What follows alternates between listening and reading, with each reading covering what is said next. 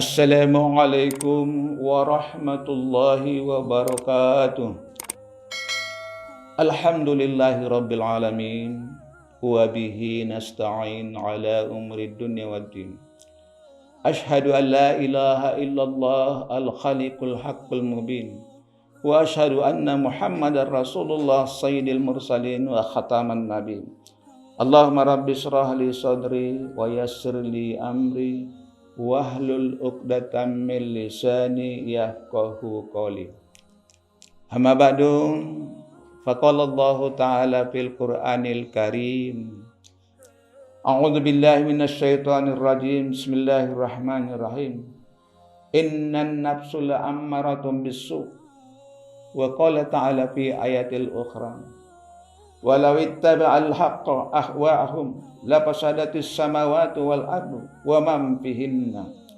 Shadaqallahul adzim. Para saudara-saudara, kaum muslimin dan muslimat dimanapun berada, mari kita sampaikan rasa syukur kita kehadirat Allah Subhanahu wa Ta'ala atas berbagai cucuran nikmat dan karunia yang diberikannya kepada kita. Apabila kita hitung-hitung nikmat Allah, pasti kita tidak punya kemampuan ke arah itu. Seiring dengan itu juga salawat dan salam kita sampaikan ke haribaan junjungan kita Nabi besar Muhammad sallallahu alaihi wasallam. Semoga di hari kemudian kita memperoleh syafaat dari beliau. Untuk itu marilah kita bekerja keras dan berdoa. Semoga kita dan generasi kita adalah pengikut setia dari Rasulullah sallallahu alaihi wasallam sampai akhir hayat. Pada kesempatan ini kembali dari studio dakwah Majelis Ulama Indonesia Kota Pematang Siantar ingin menyampaikan sebuah tausiah singkat yang pada saat ini diberi judul Ramadan Bulan Jihad. Para pendengar, penonton yang berbahagia, firman Allah yang kami bacakan tadi di awal iftitah tausiah ini tertera pada potongan surah Yusuf ayat 32 yang menyatakan sesungguhnya nafsu itu hendak mendorong manusia berbuat jahat. Demikian juga pada surah Al-Mu'minun 71 yang telah kami bacakan tadi. Dan ketahuilah, kiranya kebenaran itu ditundukkan kepada hawa nafsu. Kepada hawa nafsu mereka, sungguhlah rusak langit, bumi, dan apa yang ada pada keduanya. Artinya, kalaulah kebenaran itu tunduk kepada hawa nafsu, maka akan terjadilah kerusakan di langit dan di bumi. Demikian juga apa-apa yang ada di dalamnya. Maka pada kesempatan ini, suasana Ramadan termasuk juga salah satu upaya bagi kita untuk mampu mengendalikan hawa nafsu. Walaupun sebahagian menyatakan memerangi hawa nafsu, sebenarnya kita perlu mengkaji ulang. Nafsu itu termasuk penggerak atau motor bagi manusia, tapi harus dikendalikan.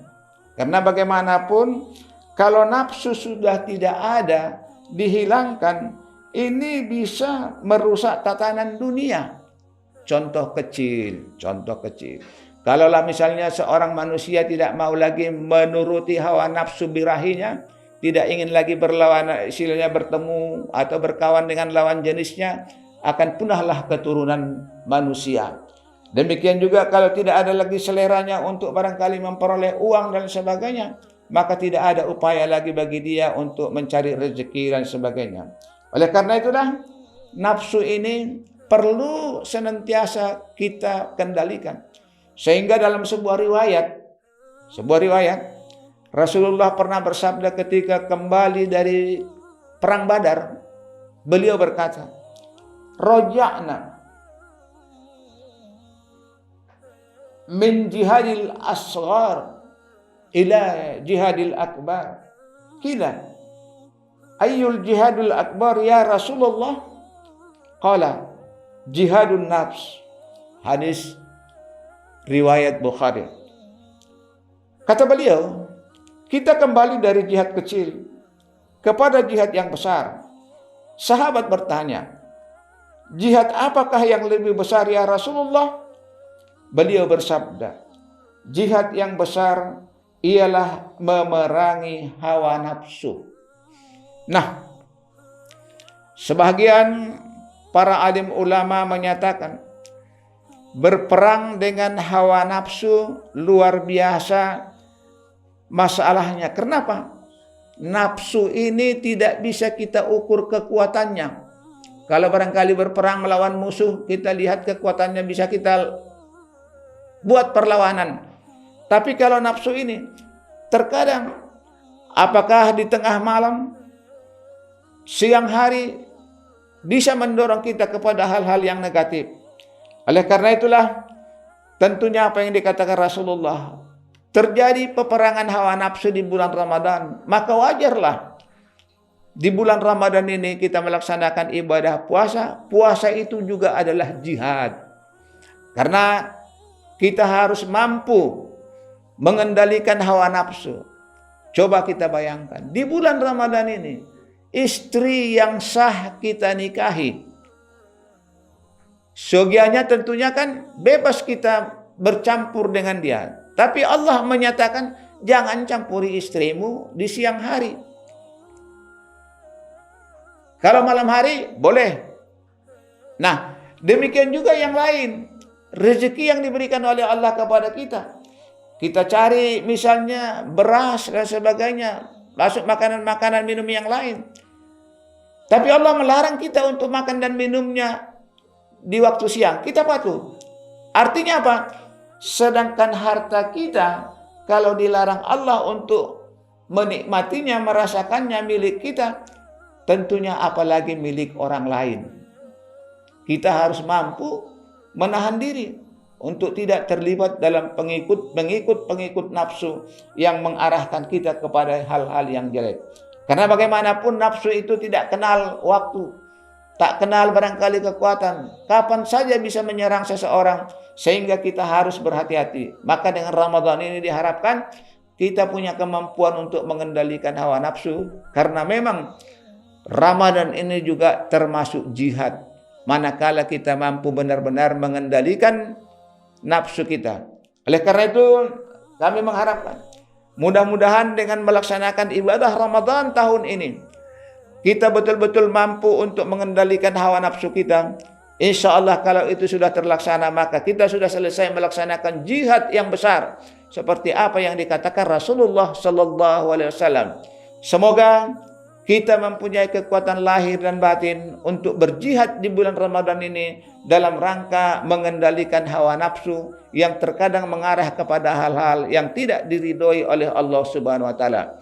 Semoga pesan singkat, tausiah singkat dari studio dakwah MUI ini dapat kiranya mengetuk hati kita untuk senantiasa mampu berjihad, terutama di bulan-bulan Ramadan yang penuh suci ini.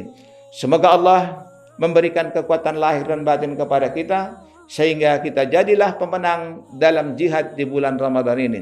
Amin, amin, amin ya rabbal alamin. Wassalamualaikum warahmatullahi wabarakatuh.